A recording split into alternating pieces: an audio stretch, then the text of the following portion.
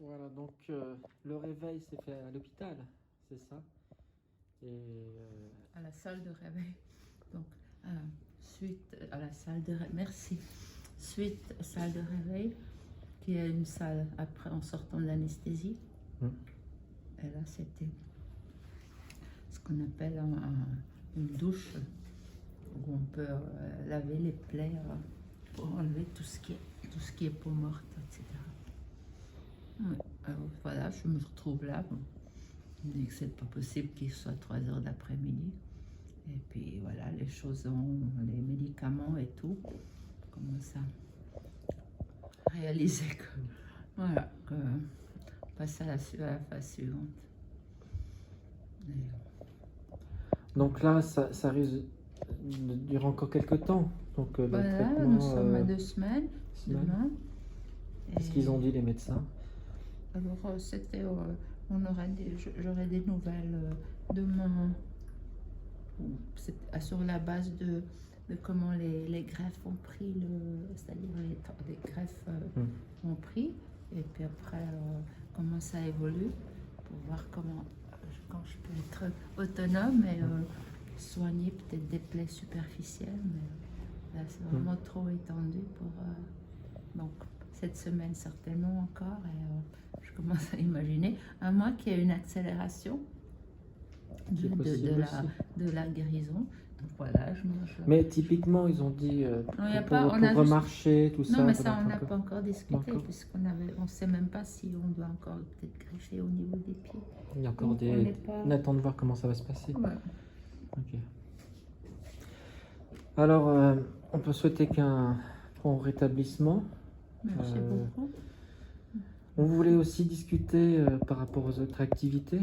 On a dit tout à l'heure en commençant l'interview qu'il y avait pas mal d'activités liées à la médecine, mais également des activités liées un petit peu à la recherche, on va dire, de la vérité.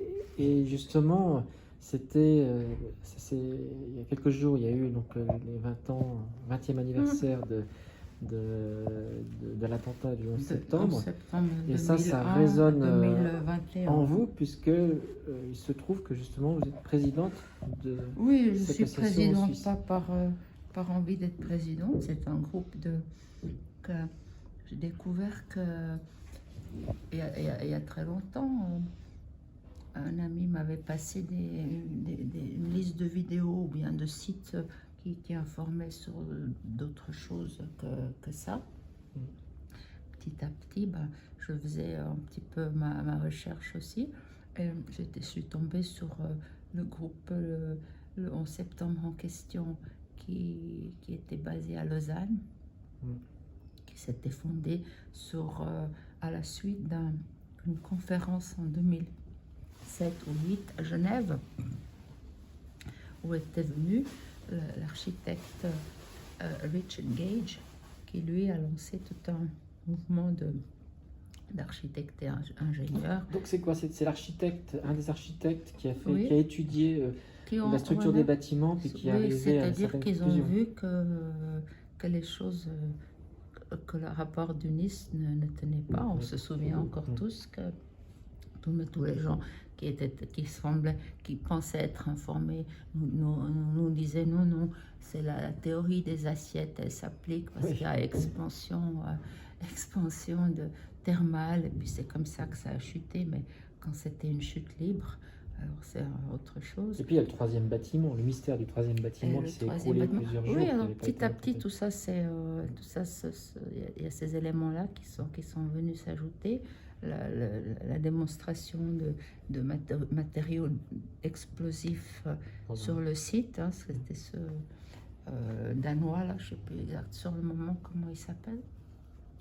Et pour moi, c'était parce que quand on découvre des choses qui sont choquantes et qui sont à l'envers de ce que l'ensemble du monde dit, on a besoin d'en parler à quelqu'un, et puis c'était très difficile. Donc c'était très agréable, important de trouver justement cette association qui, elle, et on aime le répéter, s'appelle Septembre en question. Je louche là parce que en question dans le logo, puisque on trouvait qu'il fallait poser des questions, qu'on avait le droit de poser des questions.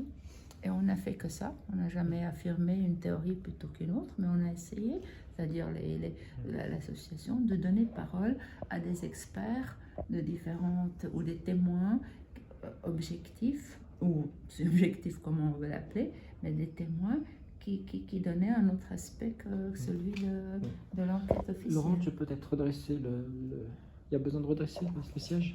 Non. D'accord. Alors, Il me semble que tu serais mieux, mais bon. Ouais, en montant Alors, on va faire là. le dossier, là. Voilà. Pour discuter, c'est quand même plus simple. Ouais, moi je... Et donc, c'était déjà ce qu'on disait avant l'heure, les complotismes. Et aujourd'hui, ça résonne très fort avec cette histoire qu'on ne peut même pas dire dans les réseaux sociaux sans être censuré et être attaqué de toutes parts. Sur stratégie Mais c'est quand même très de curieux. prononcer des mots. C'était il y a 20 ans en arrière, on peut dire que cette date, alors on sait que c'est quelque chose qui existe depuis très longtemps, mais le 11 septembre, ça a été quand même un acte marquant. Ouais. Avec ça a amené au Patriot Act, qui a commencé à faire le Ouais, aux flicage des États-Unis. gens, etc. Et on voit toute la Oui, puis toutes les guerres. dégradation. Voilà, on a quand vu on a présenté ça pour expliquer ou justifier les guerres. C'est ça qui était sur le devant de l'écran, avec Bin Laden et Afghanistan et l'Irak, etc. Alors que beaucoup de choses ont été prouvées absolument pas fondées. Mais ce qu'on peut quand même dire, c'est qu'il y a 20 ans, on en parlait comme théorie, mais beaucoup de gens, enfin théorie du complot, beaucoup de gens, bon écoutez comme ça, n'y croyaient pas spécialement, n'y croyaient pas du tout. Mais 20 ans après, on a quand même l'impression qu'il y a un éveil qui s'est fait et que beaucoup de gens ne pensent plus que c'est simplement du complotisme, qu'il y a vraiment quelque chose derrière. Ouais, ce mot est bien ancré. Comme on disait tout à l'heure, il a été... Alors, l'origine justement du mot complotisme.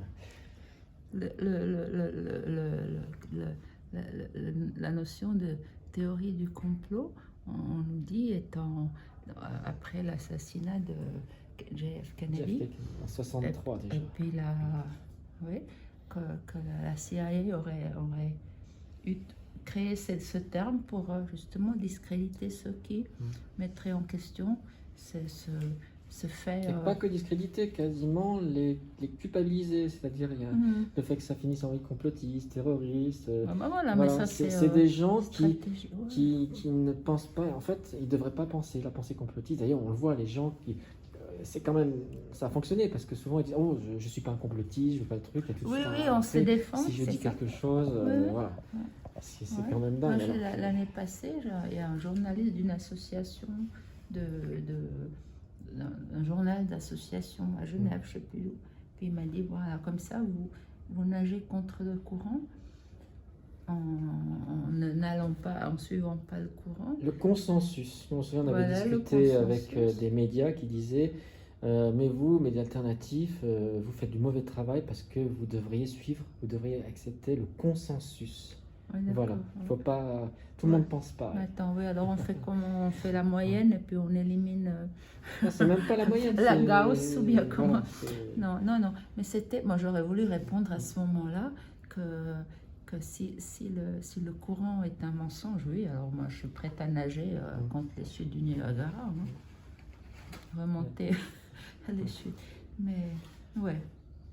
Donc il n'y a pas pu avoir cette réunion pour le 20e anniversaire du 11 septembre. Oui, chaque année on invitait dans la mesure du possible quelqu'un qui apportait un petit peu un autre aspect au questionnement entre les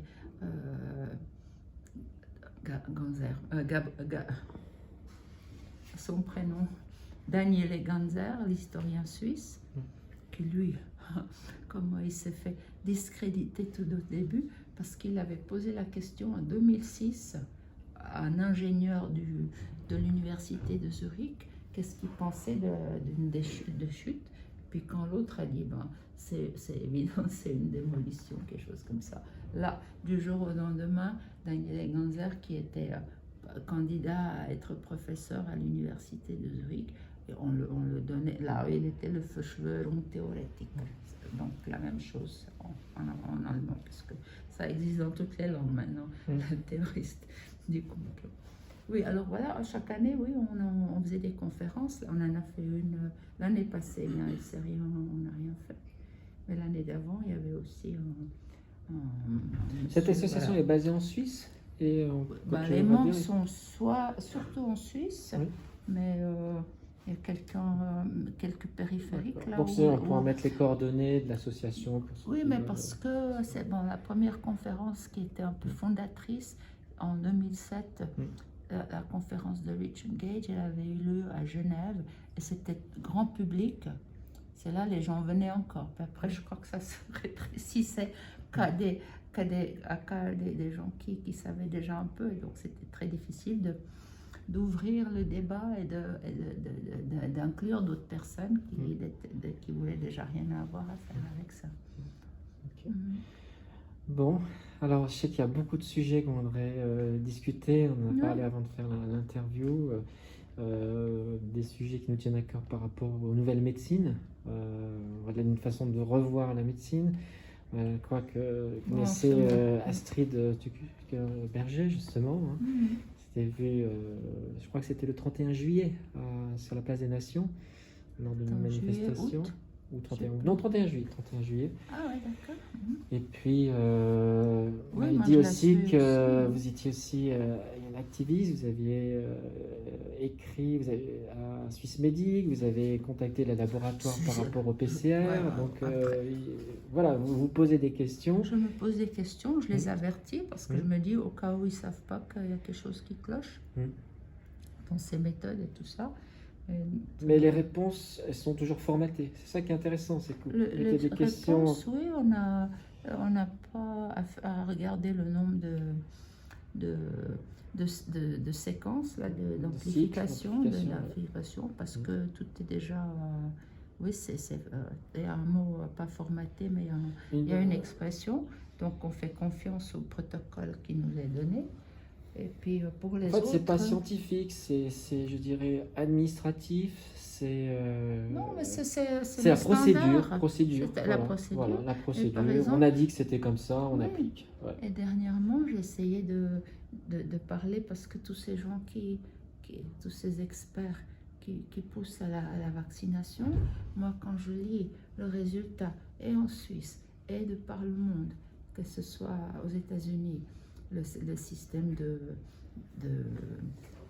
protocole d'annoncer les effets secondaires de vaccins, mais de tous les vaccins, c'est pas ciblé seulement là, ou en eudravigilance en Europe, montre qu'il y a énormément de gens malades suite à ces piqûres. Voilà. Mais il ne faut pas le dire à chaque fois, on n'arrive pas à faire des relations, puis l'information elle est très difficile à trouver surtout. C'est des présumés cas, puis après... Non, c'est vraiment... Ce qu'on pourrait surtout faire le reproche, c'est que nous, on n'est peut-être pas... les gens ne sont peut-être pas suffisamment experts pour lire des documents scientifiques, mais que font les journalistes? Que font les médias? Pourquoi ils ne relaient pas des informations aussi oui, mais c'est à se demander s'ils sont vraiment si innocents et naïfs, mais non, tu ne vas pas pousser un agenda de se faire piquer toute une population quand il y a évidence. On entend ça. Le protocole d'un vaccin précédent, quand il y avait 50 morts aux États-Unis, on avait tout arrêté parce qu'il y avait on a pu faire une relation, même supposée. Là, c'est des milliers. Et non, c'est pas, on ne fait pas, c'est des supposés. Enfin, on verra quoi. Enfin. Ouais, alors c'est bien de se poser des questions. Voilà, on continue. De toute façon, bon là c'est un moment difficile, c'est une épreuve, mais comme je dirais, ce qui ne nous tue pas nous renforce. Donc on peut souhaiter un bon rétablissement et puis de ressortir de cette malheureuse expérience, mais d'une expérience quand même pour pouvoir aller encore plus loin par la suite. Oui, avec toutes les pensées pour Yamina qui était tellement à bout alors qu'elle était lucide, mais elle disait, elle se reconnaissait plus tellement elle était épuisée, et que toute cette avalanche administrative, elle arrivait vraiment plus à gérer, et de demander de l'aide à faire des lettres ou des choses, c'était au-delà des forces. Donc malheureusement, ça l'a broyé. Ça, on finira là-dessus. C'est effectivement un mot pour Yamina. Je pense que tout ça aurait pu être évité sur des personnes qui sont fragiles psychologiquement, ou même pas forcément fragiles, parce que c'est une telle, on va dire, c'est un cycle infernal. C'est-à-dire que vous avez... Oui, elle était fragile, non, tout sauf fragile. C'est elle qui venait chaque fois avec des idées, parce qu'elle était tellement plus, comme on dit en anglais, versée là-dedans, versed, que moi j'avais avancé l'argent, par la suite encore plus, parce que je voyais qu'elle se prenait, qu'elle arrivait à faire tout, mais voilà, après, quand quelqu'un d'intelligent et de travailleurs on est d'accord, mais au bout d'un moment, mais au bout d'un moment, il y a eu cette rupture, c'est-à-dire qu'au bout d'un moment, c'était telle qu'elle ne pouvait plus gérer que... Oui, mais ça fait longtemps qu'elle ne pouvait plus gérer, mais elle gérait quand même, elle travaillait. Donc c'était impensable ce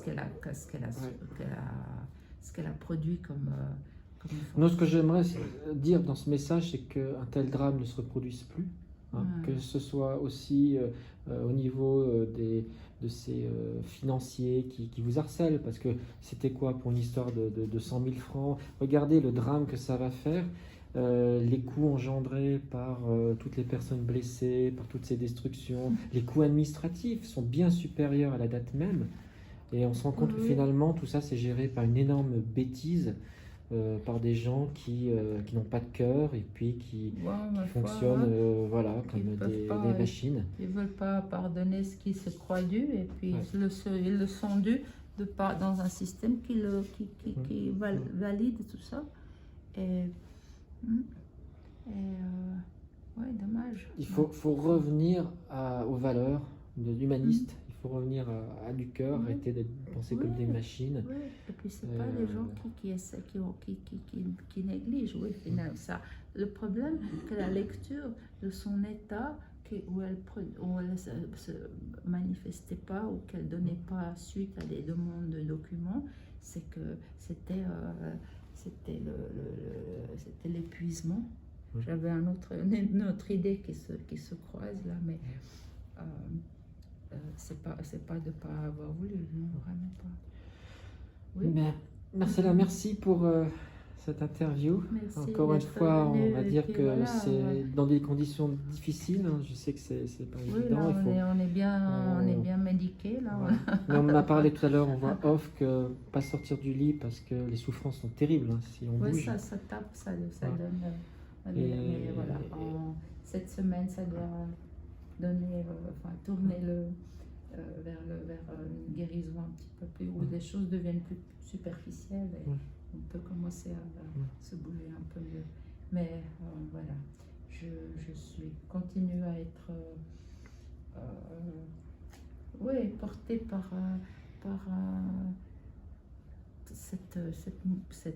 cet amour qui nous entoure, et puis toute cette belle énergie que partagent beaucoup des gens qui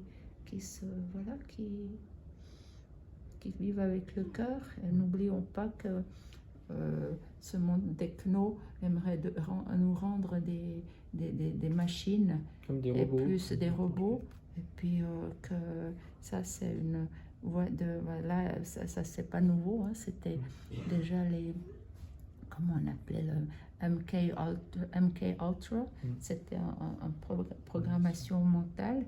On va de nouveau appeler ça de quelque chose de bizarre, mais il y a des choses qui peuvent se passer dans l'organisme. En tout cas, on se sent très informé dans tous ces sujets. Alors voilà, je sais que c'est pas facile, on en aimerait discuter pendant des heures, mais on sait aussi que les conditions sont très compliquées, et on ne voudrait pas fatiguer davantage. Comme je disais, c'est bon pour ma pression sanguine, même si je ne suis pas agitée, ou pas l'impression de l'être. Mais il y a l'émotion qui s'y mêle un petit peu. Mais merci, j'espère que ça contribue Je pense que le mot pour la fin sera quand même pour Yamina, bien qui sûr. est une personne qui était intègre, honnête, Absolument, qui, oui. voilà, on va pas juger hein, ce qu'elle a c'est, fait. Ça aurait pu impensable. être évité, ça, on le sait. Oui, Vous étiez après. là, les circonstances sont tragiques. On voudrait que ça se reproduise plus. J'espère que les gens, parce qu'il y avait des policiers, des trucs comme ça, se rendront peut-être compte de tout. Bah, La écoutez, misère qui peut il entraîner. connaissait sa situation dans la commune où elle vivait. Mais voilà, oui, avec une pensée lumineuse pour En elle. tout cas, lumineuse, il y avait une énorme souffrance. Espérons que là, elle était, je pense, peut-être croyante aussi. Elle avait... Oui, en l'univers, en l'homme, Donc on espère le cœur. elle a vécu des moments très difficiles ces dernières années, qu'elle n'a pas pu gérer, que là où elle ira, qu'elle parte en paix et puis avec l'amour des prochains et qu'on garde un bon souvenir d'elle. Non, mais oui, c'est surtout ça voilà. qui est le plus important. Mais c'est sûr. Ah, merci. Merci, Marcella. Au revoir.